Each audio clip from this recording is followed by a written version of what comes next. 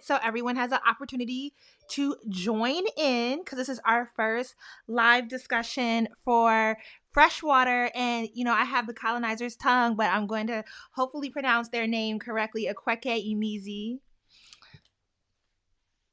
I don't know if I feel confident about that. And I was listening to I just finished the Audible where they say their name at the end. So, like, I've heard their name. I've heard it, but I just be insecure about it. Okay. It looks like we are live. Let me just do a quick check. Folks are joining in now. So, we have here Jonathan Pope. He's a bookstagrammer, booktuber, book influencer, and his handle is on the screen. I hope everybody can see it. It is Be Black Beloved. Their pronouns are he, him. I am she, her. Okay, we want to, as we go through this book, which is about a non-binary person, make sure that we are respecting everyone and their identity and not being disrespectful. I will block you. It's that simple.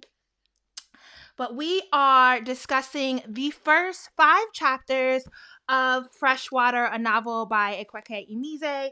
And up here, we will be using the syllabus that is currently on sale for $4.99 to really encourage folks to get into it. I don't know if you can see with the glare.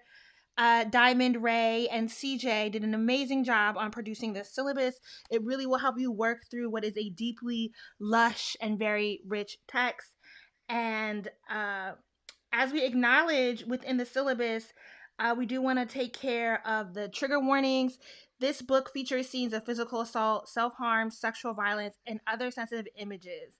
The book does contain several violent moments of varying degrees. So we just want to encourage everyone to please be gentle with yourself.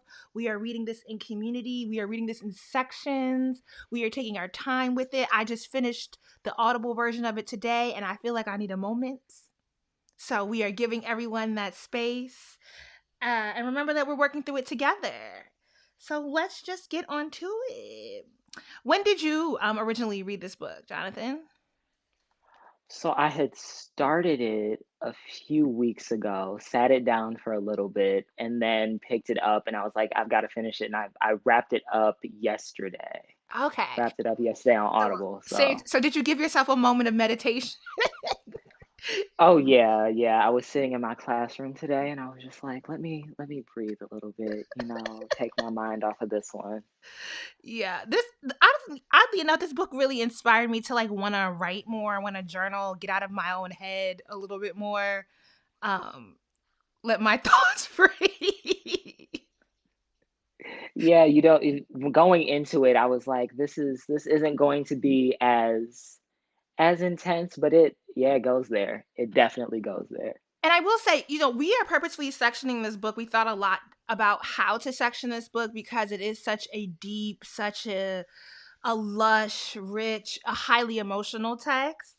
And so we sectioned the discussions on purpose. I think 1 through 5, the beginning chapters or the first 5 chapters of this book might be a little bit difficult to get into.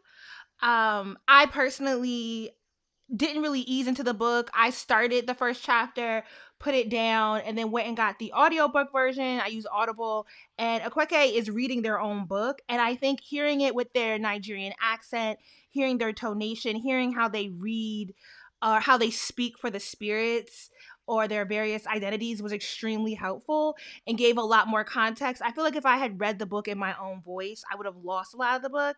And so starting with the audiobook allowed me to go back and read the text.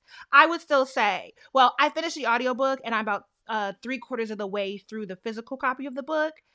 Just because of how my attention and my focus works, and because I'm a visual person, I need to go back and read the book. But getting the audiobook version of it was like extremely helpful because I would have really missed out on the amazingness of this text if I just tried to read it on my own. Yeah, definitely like the way that they say the names and the way that they kind of just express like a lot of the phrases and the quotes at the beginning of each chapter. It reads completely differently when you're listening to the audio. Yeah. So I want to remind everyone to give themselves space and grace as they work through this text. There is no grade at the end of this. There is no challenge. There is no race to finish it before everyone else. So it's okay if you need to take breaks or you're just reading it at a slower pace than everybody else. So we're gonna get into the syllabus. We're gonna start with chapter 1. I'm just going to read the questions. We're going to go from there with the discussion. So the novel starts with the subtext: I have lived many lives inside this body. I lived many lives before they put me in this body. I lived many lives when they take me out of it. The first time our mother came for us, we screamed. There was a time before we had a body when it was still building itself cell by cell inside the thin woman.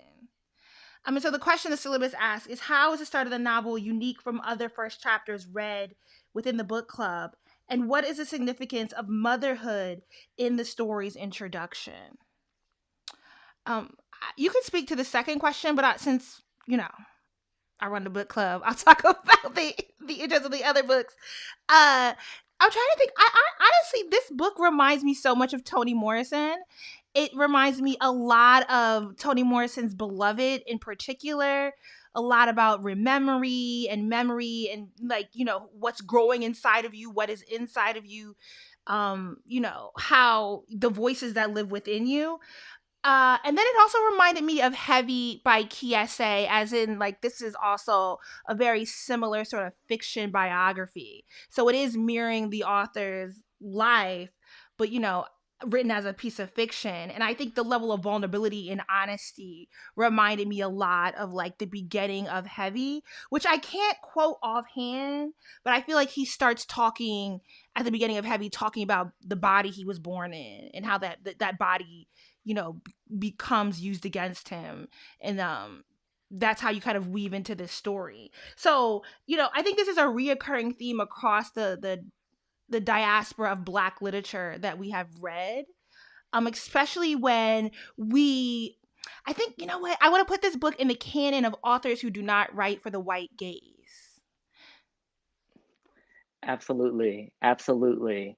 It reminds me of The Prophets by Robert Jones Jr., very, like, recent book, Mm. and it's sort of like it has, like, the ancestors speaking in between, like, each section of the book, and they're sort of, like, guiding you through it, and it has that very, very similar tone, very similar sort of, like, almost, like, otherworldly, um, like, emotion and feeling behind it, and I absolutely love that about this. Yeah. It was we haven't read this in the book club, but a book that I'm having a hard time reading, and I wish there was an audible version of it. I need to look and see. But Tony K. Bombera's, I want to say, The Salt Eaters. I always misquote the title. But I don't even remember, like, I've started the book and I've got the text is so dense, and I can't, like, I'm like, is this book taking place in South Carolina? Is this taking place in the Caribbean? Like, what Black Island is this book taking place in? Like, where am I at? Because it feels like I get it, but it also feels so far away from me, but feels so close to me. And so it kind of is in that vein of these very ethereal texts. Uh, I think the significance of motherhood plays out a lot in this book. I don't know if you have any thoughts about that. Yeah, that the introduction, it was interesting because as you said, that those first couple of chapters seem to be very focused on sort of like explaining a lot of the relationships that these spirits have with whoever they're embodying. And so at the beginning you're getting like sort of this explanation about even the relationship between like Ada and Ada's mother's body, and sort of like, Allah. the Are you talking? Allah. Okay, No, yeah. ALA? were they in the first chapter? Are they specifically speaking about when she was inside of her mother? Oh, Sachi. Yeah, yeah, yeah. Yeah. And when Sachi was, it said, so our fetus body was fed and we visited. It was like this very like detached almost. Like there wasn't like an emotional connection. It felt like it was like feeding off of like their mother. And so it exactly like how to explain it well. Mm-hmm. Just like you get it carries throughout the rest of the story, just like that odd sort of relationship with mothers and like the very complicated relationship with mothers, somebody that carried you. Yeah. Um, That's why it reminded me of like Beloved and Heavy, right? So, because Beloved has a really heavy theme about black motherhood in the context of slavery, and also about these mothers, and then Heavy again. I think a constant, and it's interesting because this is very much a Nigerian, so like this is not a family that went through American slavery, but to still have this sort of story of a mother who is making choices as best she can to, protect her children, but through that desire to protect her children, she also passes on harm to her child. yes, um yes. and so you get this very complicated relationship with Sachi, who and then also this really interesting like way in which the beast bodies within the Ada make a plan to go after Sachi. So how much is it Sachi making maybe not the best decisions, and how much is it that, but then you're also like, this is inside of the Ada, so like, is it fair to essentially blame these beast bodies for creating this division between Sachi and the Ada, or is in essence that really just blaming the Ada for the strained relationship with their own mother? Yeah, because Sachi, even when Sachi's the one who killed the snake and killed the python, and Mm-hmm. just that sort of like you Sachi was protecting her child. Mm-hmm. And then but you're like you get this perspective of like she did something absolutely terrible just based on this reflex of wanting to prevent her child from, being attacked by a python. Mm-hmm. So it's just it's it always just I felt for Sachi a lot of the time in a way, um, especially when it seemed like everybody else was kind of treating her not so well. Well, yeah. So in The- the the- in the book, it's actually Saul who takes the machete and kills the python, right? But it's Sachi who comforts the Ada. It's Sachi who's Ah, always there for the Ada, but it's also It's also like, because of the relationship that the Ada's parents had, which is, the very standard. The man kind of checks out. The woman is left with carrying the burden of raising these children and trying to make the best decisions with, and in this instance, with a man who's completely mentally left the relationship. Um, and so we get these really, I mean, even if you take beyond Sachi, Allah, who is like the Python, the spirit mother, like the original mother, is mhm. like, it's still like this very like, because we get this sense that these beast bodies are like evil. So like the Ada comes to love them, but like you like they're not good. They're not good Yeah, at spirits. all, at all, They're at very all. malicious. Yeah, and pushing the Ada to do so many just wild things, absolutely wild things. And so yeah, the theme of motherhood is very complicated in this book. And Mhm. it kind of suggests that, so another book we read in the book club that I bring up all the time is Bell Hooks All About Love. And I would actually say that, because I was about to say this book kind of suggests that, the love of a mother might not always be kind.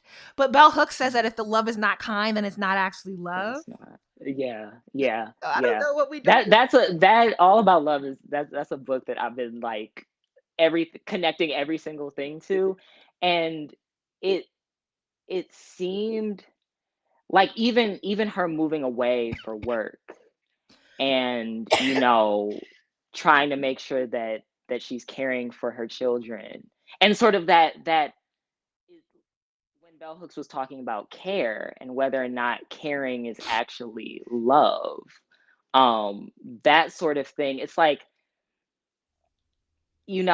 kind of does she really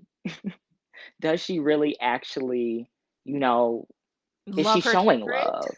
Yeah, does she? Yeah, it's always You hard to scared to it's ask always hard it. to say. Like, It's something that it feels scary to ask. Do you love your children? I think Sachi did, but like Sachi, okay, and I appreciate this book is, I almost want to say this book is a mind fuck, but like I appreciate the very distinct distinction between the humans, the human person, and the human limits, therefore. And then though the Obanji, and then those who are like mini gods, and gods is lowercase throughout the book. So it's not that. And there was one quote in the book about like the how the flesh is perceived, like when you remove the flesh is perceived as holy. But all of these Hmm. things, the Obanji, the beast bodies, the gods, and the humans live within flesh. So, there was a distinction that like everyone is kind of equal, even though we are using terms in which we often want to put a certain level of power and domination and like therefore holiness into. Hmm. But I mean, I didn't get the sense that Sachi didn't love her children. I did get the sense that Sachi was given a burden and Sachi was not loved. Mm. Right. And so, what kind of love could Sachi really sow into her offspring if Sachi was in an extremely unloving situation with Saul? And then she's trying to do the best she can living outside. We get these, and again, so within the Ada, like one of the reasons the spirits are acting out so bad is because they were supposed to return, they were supposed to go home, and they're acting out when they live in the US, right? And so you think about Sachi's mother, who, just because they don't live with a multitude of identities or spirits within them, they are a woman who is removed from their home. Like Sachi's Malaysian living in Nigeria with a husband who doesn't care, and then goes to Saudi Arabia for work, tries to go to London but ends up really depressed and comes back to Nigeria. And how far away from home the Ada's mother ends up being.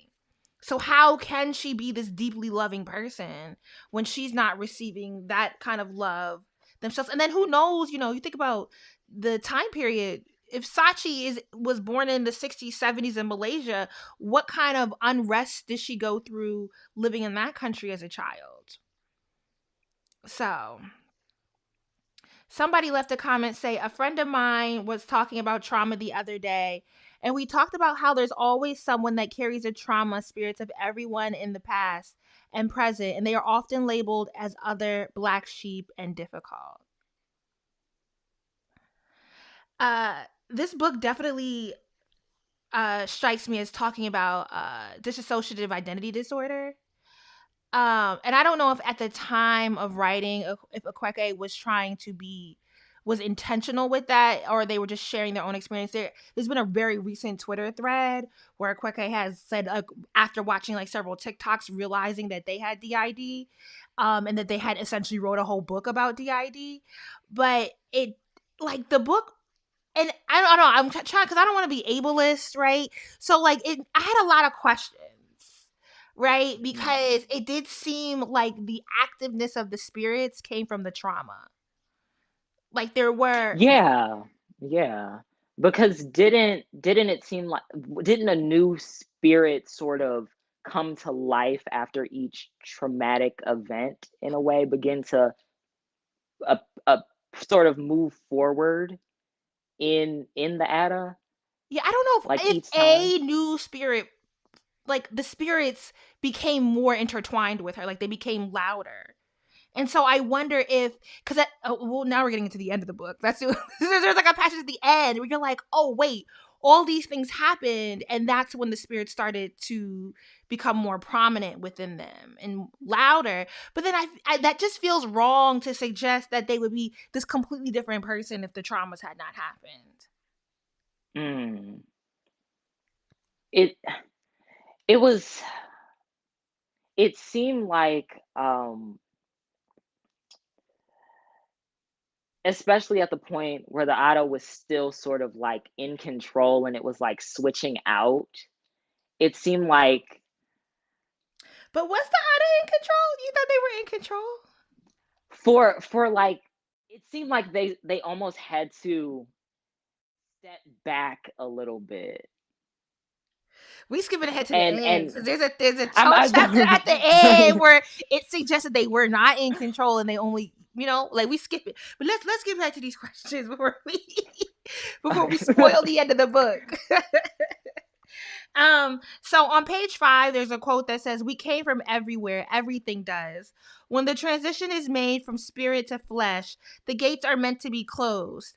It's a kindness. It would be cruel not to. Perhaps the gods forgot. They can be absent minded like that. But these are gods after all, and they don't care about what happens to flesh." How does the narrator's use of we transform the story, and how do they speak about themselves?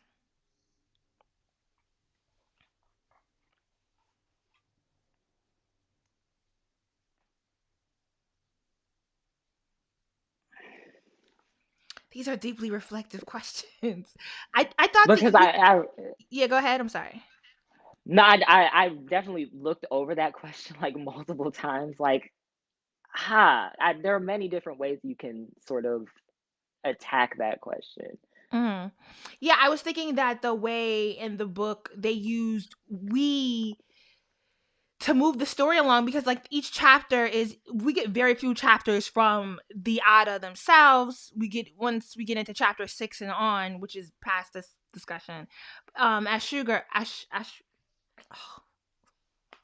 Ashugura, that's like a mouthful, is like the main spirit who gets a lot of the narrative, right? But then what kind of breaks up the dominance of this one spirit carrying the story is the collective of the we. And so the we kind of makes this distinction, and I appreciate, I think it removes this idea of like that the Ada was wrong, that something was distinctly wrong with the Ada, and that they, it also gives a sort of broader autonomy, because it gave like Mm. an intelligence, it gave a thoughtfulness to it, versus like this is a character that very much so could have just been written off as crazy, and we would have never engaged Definitely, with what was rooted in that, what, how we perceived it as crazy. absolutely. Because I watched the one talk that Okweke did with the Asian woman, and they were both discussing their books and Mhm. sort of the way that they were talking about how people perceive having like these um like multiple things like working inside of you, and that you automatically can very quickly um they spoke specifically about how automatically people are like, "Oh, you need, something is wrong with you. You need to like exercise these demons." This, or automatically label it as mental illness, and you need to be sort of committed for this, and sort of in writing Freshwater, really really showing that this is this is something that exists, and it's not wrong, it's not evil, um it's not being crazy, you know. um and so I think that that was very very important, especially using like this like collective term, and like it almost pulls you in a little bit more when you hear the we, and like And it this is, allows you to step outside of the Ada's body. It's like it allows you to step yeah. outside of Ada's body, right? Because the we always takes place also anytime that is in the marble room, right? And so we understand like this is like a part of the Ada's mind, but we get like a distinction that made it a lot more literal for me, and it helped move the story along and give me understanding to how Ada's mind worked, and how there might be like a, and also kind of because like what we are essentially reading is a non-binary queer person story, right? And as a cis heterosexual person, it probably would be a lot harder for me to understand the concept of what motivates one, somebody who I biologically perceive as a woman wanting to cut off their breasts, right? Which is what we get to later in the story. But they have, I have a loud natural voice, but I have a voice, right? That's mine. I own it, and I don't necessarily see it as different from myself. And for the Ada, there are and when I say it, because it's like I know you immediately would think, oh, this person's just crazy, but like the way Akweke writes his story, and because there is such a significance on the collectiveness of we, on the intelligence, on the thoughtfulness, on the reasons, on the journey, the pathway, the birth, the livelihood, like the we gets its own story, the we becomes its own Yeah, person, the we has its own history, um absolutely. which Uh, definitely helps move, like for people that don't have any reference for this sort of identity, it helps walk us into a better understanding. Absolutely, especially when the spirits are kind of talking about like we were watching the Ada do this and sort of um and then we did this. I had to step in and do this sort of action. It definitely, and they have such distinct personalities Mm, and they're all so very different, and you like it's almost like a whole entirely new person when they do take over. yeah. Oop, my camera just that does this look weird thing. It hasn't been doing that lately. All right, we're gonna move on to page 9. We're still on chapter 1. I'm gonna read the quote that Saul had the sense not to name the child after her grandmother. D. Obina stepped in and suggested the first name, the one with the God in it. Years later, Saul told the child that the name just meant precious, but that translation is loose and inadequate, both correct and incomplete. The name meant, in its truest form, the egg of a python. Before a Christ induced amnesia struck the humans, it was well known that the python was sacred beyond reptile. The digs at Christianity in this book are so eloquently Yeah. done. Oh yeah, Okweke does the same thing in Pet and just Yeah. like throwing just shots. Yeah, and I meant to look up because well, dag, see, I want to skip ahead to like Yeshua, because I like Yeshua, the way it's spelled and therefore pronounced reminded me of like the Hebrew way you say Jehovah, Mm. which I almost think is without the e's. I haven't looked it up yet, but that's for the next discussion. Okay, so the questions here are: what does the imagery of the serpent represent spiritually and religiously? What impact does a snake have on the Ada? And how might the idea of translation transcend language here? Is there significant meaning to your name? Ooh, that the snake situation. It's especially in Christianity, the snake is deceptive. The snake is it just automatically carries like an evil attachment to it.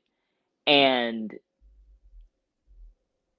I tried to do a little bit of research um in terms of like the way that snakes play a role and are sort of like felt and understood within, I guess, like a like African culture in general.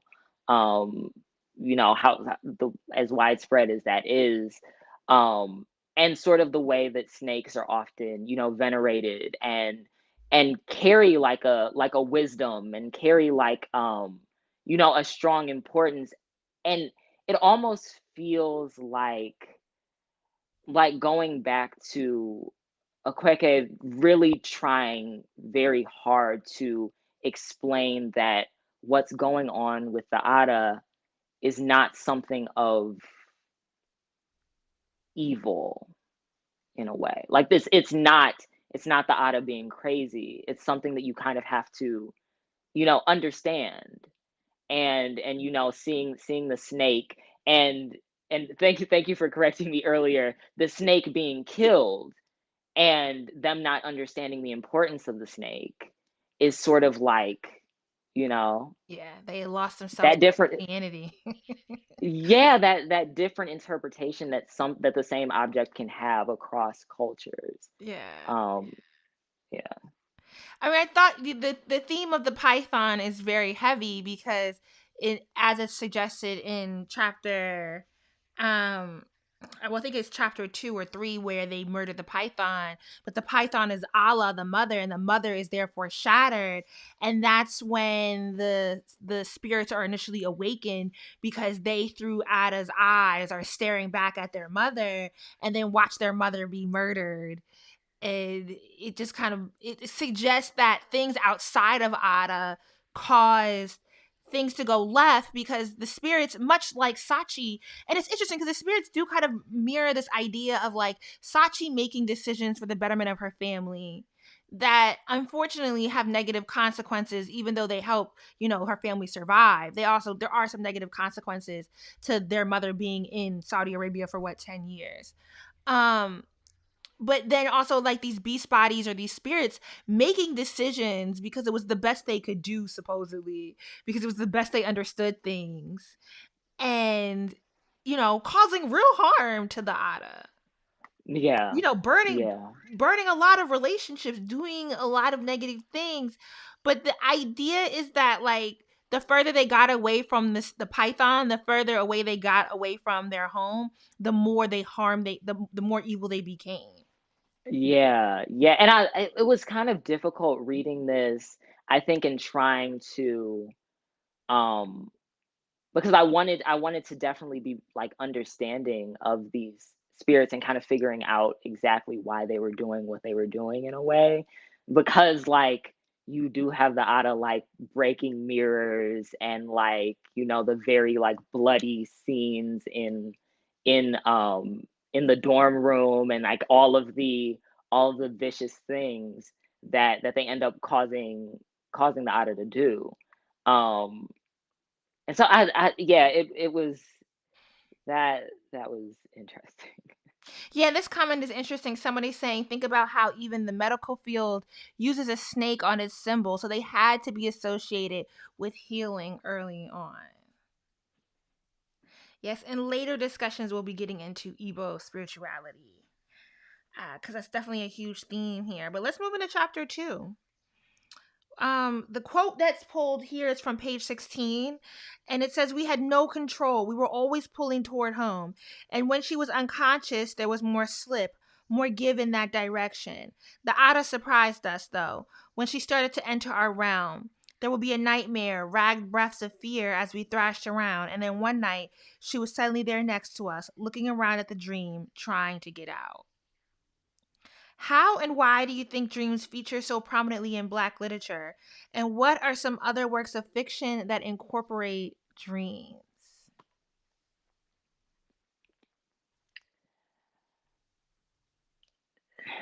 Dreams are kind of like that.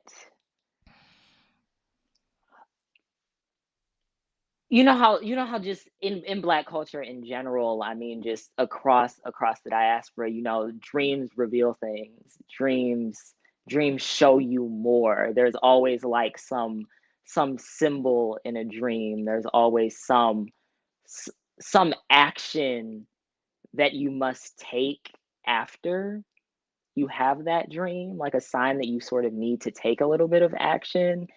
And I really was trying to think about other novels where dreams are very prominent aspects. Yeah, I mean, I'm trying. Beloved, which is why I keep going back to it, like Beloved, like, you know, uh the main character, there's Baby Shugs, there's Denver, there's Hall. What is the woman's name? Why am I running a blank? Um, it's right at the tip of my tongue. Doesn't it start with an S? I got the Setha. book right Yeah, right no, it's behind me. Setha. You're right. It's Setha. I got it.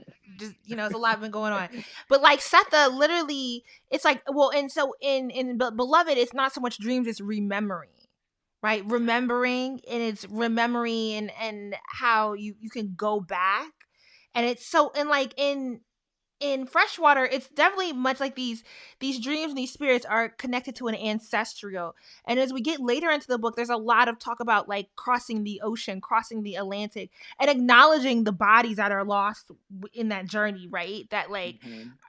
that Kweke's or the Ada's journey across the Atlantic Ocean to America, definitely relies on the sacrifices of ancestors that came before them. But That just yeah, oh no. no, go Oh ahead. no, no. That when you said that, it instantly reminded me of the water dancer. Yes. That At Ta-Nehisi the Coates whole book. yes, yes. Okay. And in the water dancer, all he has to do, he's attempting to remember his mother in order for him to unlock this power that can help him um sort of help slaves escape. And that remembrance and sort of unlocking that memory and sort of unlocking sort of like this past um will almost like liberate him in a way. And also probably the closest, but when you mentioned Toni Morrison, Robert Jones Jr. was also extremely like inspired by Toni Morrison. So for Mhm. the prophets, it's this whole idea of the ancestors speaking, and this remembering of this past, this very like queer past, these people and beings that existed in the past um that are sort of, and they're often demonized because you have these two queer characters in that novel, and sort of remembering these ancestors that also lived very queer lives, and Mm. and they have these women in a village that were married, and sort of like remembering all of that has existed, and sort of being closed off from a lot of that. So when you said remembrance, that just made me think of those two. Yeah. The next passage in the syllabus talks about liminality, which is a key term of post colonial theory used by theorists such as Homi K. Bahaba to describe the in between spaces of cultural ambiguity where diasporic and migrant identities hovering in the indecision of in betweenness are shaped. And I think that kind of connects back to the way the Ada experiences memory or experiences dreams, and how we've seen dreams used in Black literature, because it's not just that like somebody's kind of like in this deep sleep and they have this dream and they wake up and they're like, oh, okay, what a cute dream I had. It's often that people are having dreams and they are in the dream, they are Mhm. participating in the dream, and that dream is carrying some real significance in the way their life plays out when they're awake. uh and these dreams are often, as you're talking about with the prophet and here in Freshwater, connecting them back to like an ancestral home, to an ancestral land. We can make our way into chapter 3.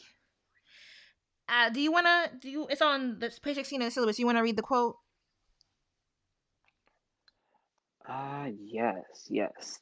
Um, Sachi cried and cried while our brother sisters smirked invisibly against the cabinets at the breaking they had begun.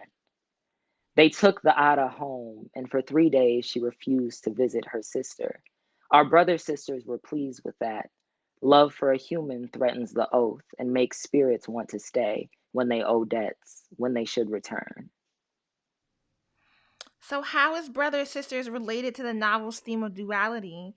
And how does it relate to the author's spiritual articulations of gender?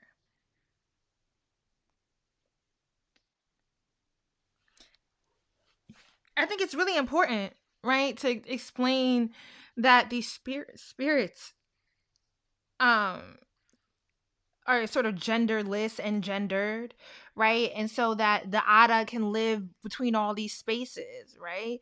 Why would someone cut off, well, later in the book when they get a surgery, but then they proceed to say, I want to be feminine.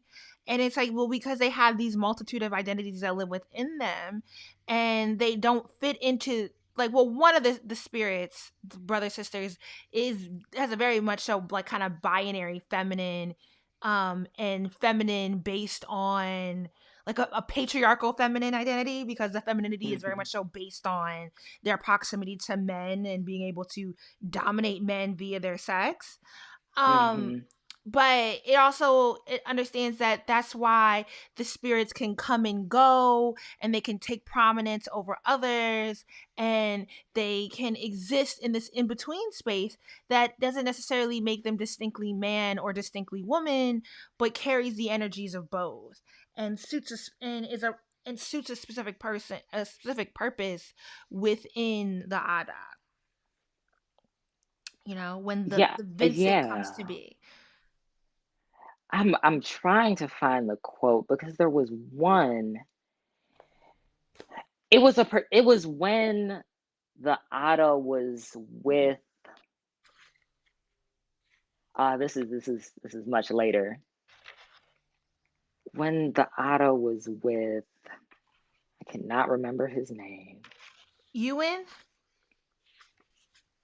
It might have been, and it was sort of describing um like the aggressiveness of the spirit, and it felt very, it sort of challenged you to think about like the masculinity and the femininity of that particular spirit.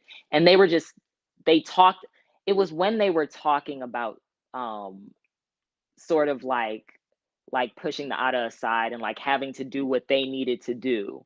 um and it definitely, you kind of,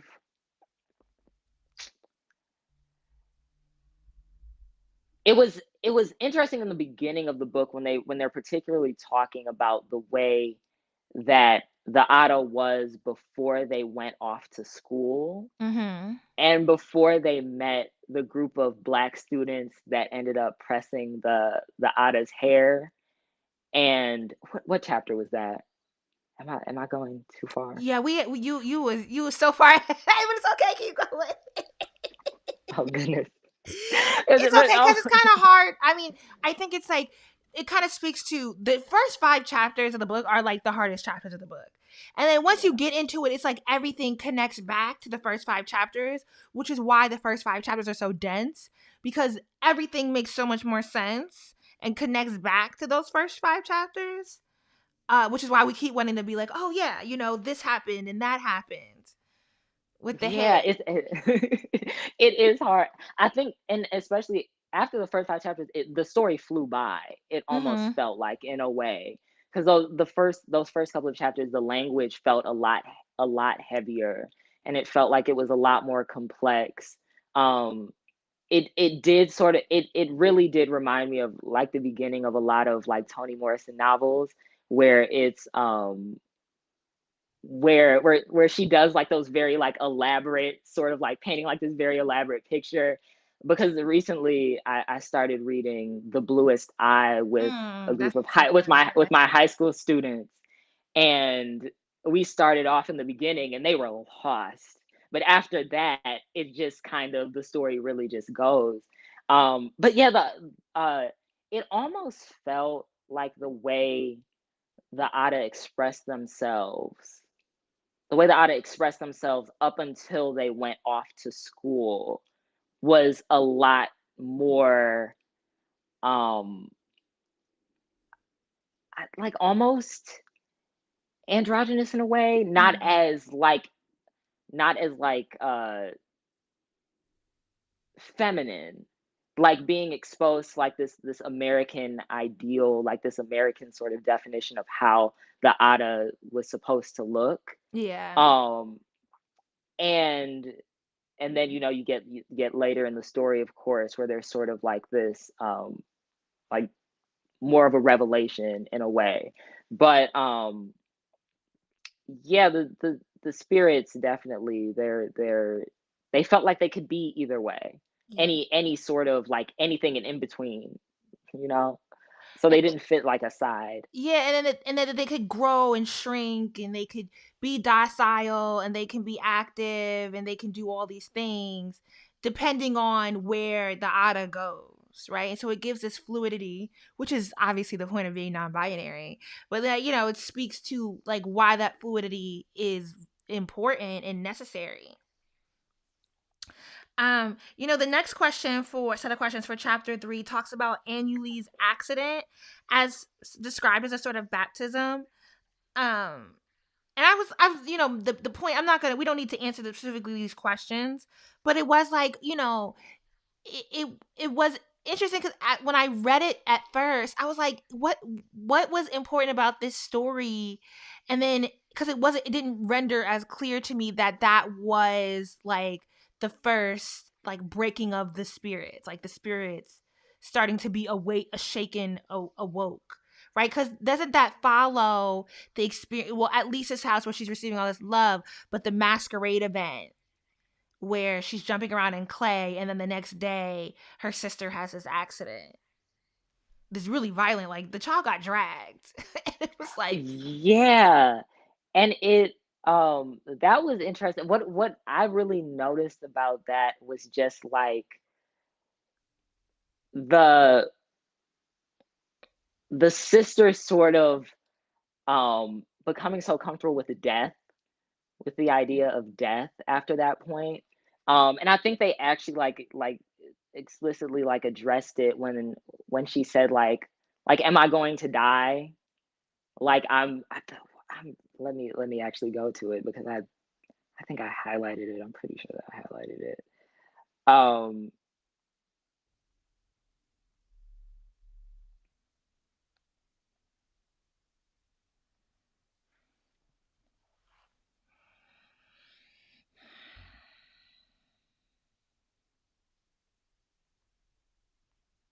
oh goodness.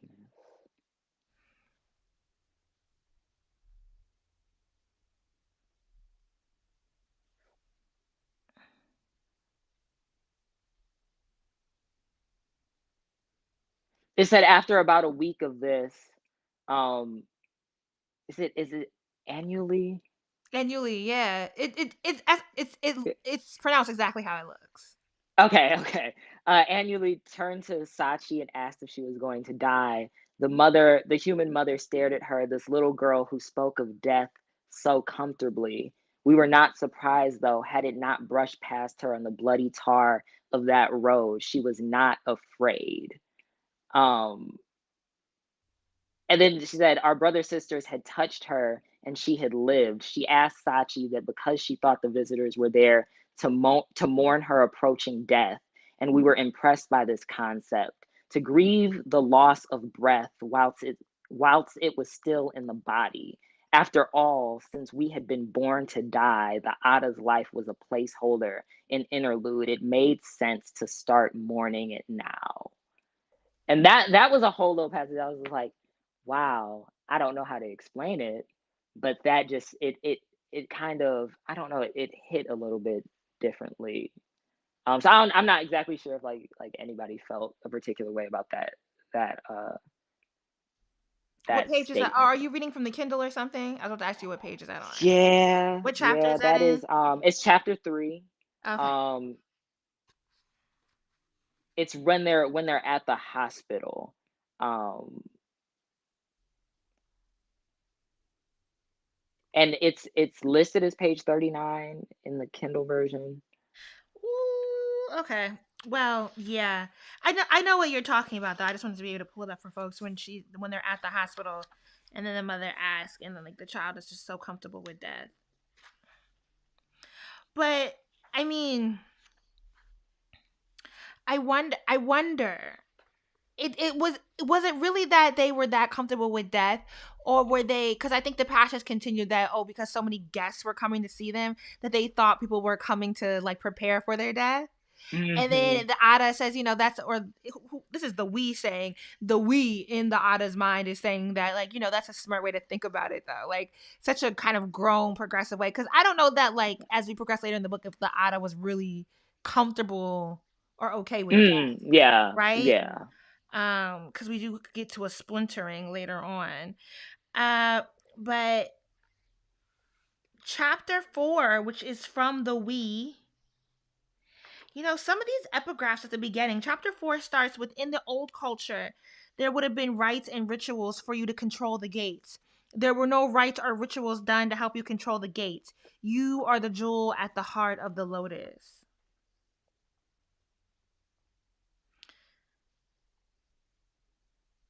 Yeah, and here we get like a really like so if you're on your Kindle, maybe one in the second paragraph of chapter 4, uh but this is what this stuck out to me, was like the explaining about, but sometimes the flesh takes too well, like those that came through the gates and went mad in a much saner, more terrifying way, meeting human cruelty with colliding glee, losing themselves in the stingy red of mortality. They did atrocious and delicious things to torn people, to screaming and sobbing children. They broke and buried bodies. They hid in fathers and husbands and mothers and cousins. They ripped and they used and they were excited. They took it too far. And I just thought that was like such an interesting passage because it's like, how are we coming to understand like a person that disassociates, a person that has multiple identities, right? To acknowledge that sometimes it can go too far. I was just like, oh, I wonder if this was just like, okay, well, we'll allow this moment of honesty, but we also want to make it very clear that the Ada is not this person.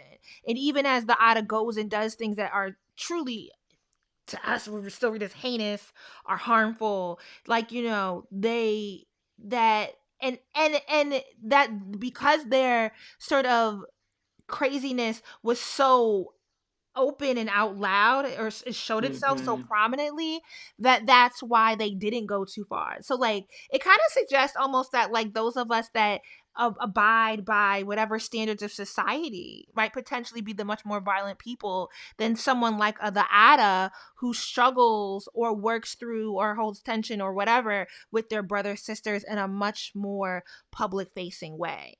Because one thing the Ada Mm-hmm. interestingly does not do is hide themselves. Yeah. Yeah, absolutely. Like their friends Absolutely. know that they cut themselves. And I wanted to bring up another scene, but that's like that's like chapter Go ahead, 17. bring it up. It's like we got 4 minutes left. Go ahead, we can talk about it.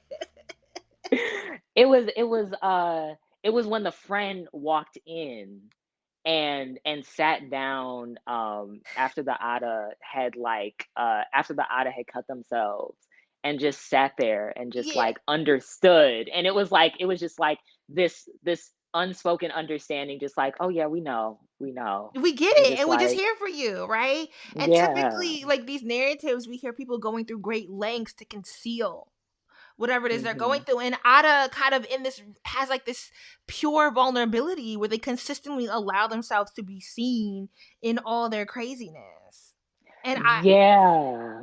I think that passage was really important because, like, Okweke knows where our minds are gonna go, right? They know the biases Hmm. that we carry around mental health, around disassociating, around non neurotypical people, and kind of really distilling that. Let me catch you before you go there, and let me explain to you, you know, Yeah. And the I think dangers that and the that's what sanity. and that's what made this such so different from just like anything else, probably almost anything else that I've ever read. It was just the way that Okweke just wrote it so much, where it's almost like the way that they're speaking about the actions and everything. It's not exaggerated. It's just like, this is what like, since I already did a spoil, the door. I'll just say the door. The door with you It in. didn't. The door, and like, it was just like, okay, this happened, and they went to sleep, and just woke up the next morning. Like, it just felt so. It wasn't, and the roommate came down and looked and was like, oh, okay, I guess this is what you're going to do. um, you know, just to close it out, because chapter 5 is where we have a very strong trigger warning for rape. And that's what chapter 5 closes out on, as we close out for a time on being told the story through the collective of we and the collective of the brother sisters, because that's when, after the rape happens, Ada reaches into the marble room and pulls forward and brings out and gives birth to one of the most prominent spirits, Ashugara. Ashugara. I don't listen to the Audible book. I done heard this name 50 million times, and I'm still scared to say it. Ashugara. And that's when that spirit is manifested really strongly within them. And what the syllabus does ask if did Ada ignore any red flags in getting to know Soren, and how had did Ada's relationship with men contribute to their feelings of isolations or belonging. Um, I don't. Ada didn't at this point seem to be getting validation through Soren. It was more of like a curiousness, more of like a like at this point, even with their well, we don't get to the brothers in Georgia, but at this point, because they are so invested in Catholicism and in the church, that they don't they're just going with it. They just, oh, there's somebody that's interested in me. I have a good time with them. They seem to respect my boundaries. I'm going to go with it. But I think this it's hard to say because this scene is very triggering. But I think this scene is like really shows the strength of Amizi's writing, the strength of her narration, right? This idea of being able to so succinctly express that, like, I think sometimes we because of like the way movies do or TV shows do rape or whatever, it's like this dun dun dun dun scene Mm-hmm. happening, and this was Mm-hmm. like literally like I'm here, I know I'm here, oh like I'm here, and I'm here, but like I'm outside of myself, um, Mm-hmm. and going through this really tense scene with like such a vulnerable, oh my camera is keeps doing this funky thing, with such a like a deeply intimate vulnerability, um that I think a lot of us who have been through this experience can relate to, this idea of like something really violent and aggressive happening to you from someone that you are very familiar with, and because of that familiarity, like your mind just takes a long time to catch up with what really happened. And I didn't and because of that, you understand that, like, to me, I think I don't feel comfortable saying the Ada went mad, because a response to just sit there and scream seems very accurate. Like, yes, it made a lot of sense. Like, what else would you do in that moment? And it's a truly out of body experience when somebody, strips you of your autonomy in such a violent fashion. Uh, not that I want to end on this note. Wow, we need to talk about something else with the book now, because I didn't want to be all happy. Yeah, that chapter, it it was almost like I think that when I think that when I read it the first time, and I just it's like you know what happens, and your mind almost has to catch up with what is going on in the text. It felt like Mm-hmm. just watching the sequence of events and the way where you're like, I know that something intensely traumatic has happened, Mm. and it's just like it's almost not even there. The language isn't as explicit. Mm-hmm. It's intense. It's describing, it's saying what happened and how the Ada is feeling, but you're not sort of like I it does it I would say it's not like trauma porn almost. Yeah, no, it doesn't read as trauma porn. And this commenter is saying the distancing from the act and is so demonstrative of being in the Mhm. moment. And on page 57, the quote that really stood out to me is, but she couldn't remember any of it, and she couldn't remember saying yes because she couldn't remember being asked. And so, yeah, it's not trauma porn. It doesn't go through like these gory, sticky, you know, details. And we've in the book club, we've read a few books that get a little like some of the more recent literature that comes out kind of, talks about, is cheeky about certain scenes, or grotesque about grotesque in a cheeky way about, acts of sexual violence, because they're trying to, kind of have a wittiness or dry humor about it. And this just seems like it's being so honest. Yes. It's so, yeah. And then for any of us who have ever had the misfortune of experiencing sexual violence or experiencing rape, this scene just feels so like it's such an accurate description of going through something like that. It's so on the nose. without simply being, as you said, trauma porn. And I think that really speaks to the strength of Akweke as a sort of a literary genius. Like, their writing is amazing. So we'll close out here. Thank you for joining us for this discussion, Jonathan. Everyone watching, you can find him at Be Black Beloved. You're on Twitter, Instagram, YouTube. Yeah, yeah, YouTube, To Be Black and Loved. So, What are you you know. currently reading? Ooh, I feel like I'm reading like 10 books at the same Okay, well, tell time. us the 10 books you're reading. Oh goodness.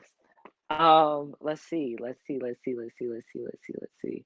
I'm currently reading The Rib King, by Laddie Hubbard.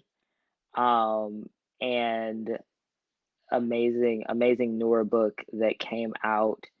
And I am also reading Wayward Lives, Beautiful Experiments, by Sadi Hartman. We're reading It's that book in a month or so. It's coming up next in the book club. oh, it's so good. Get It's into so it. I good. love it. Okay. Thank you for joining. If everyone get this pretty. Look how pretty this syllabus is. Let me scroll through it for y'all. Ooh. Oh. Yeah, we go through the transitions. Ooh. We have oh, that's the end of the syllabus. Go back up. We have all these. Can I be a good like influencer that shows y'all the screen? Hold on. The glare of the glass. Oh, these are the discussion points. It's not going to scroll because my finger's on the page, but whatever. It's a 50-page syllabus, and we put a lot of work and love into it, and it really helps make sense of this really lush text. We'll be back tomorrow. We have the Alexandra, the Flower Boy. They are Igbo Nigerian joining us tomorrow for a discussion on chapters 11 through 15. So, oh, Awesome. somebody's saying they love the Rib King. I'll have to check it out. Yeah, it's so good. It's so good. And thank you so much for having me. I've been watching you for years. So Aw. I put all my friends onto the channel. I'm like, y'all gotta watch Julesy. Thank you. Go So watch my latest video. Nobody's watching it, but do that too. All right. Holla at y'all later. Bye.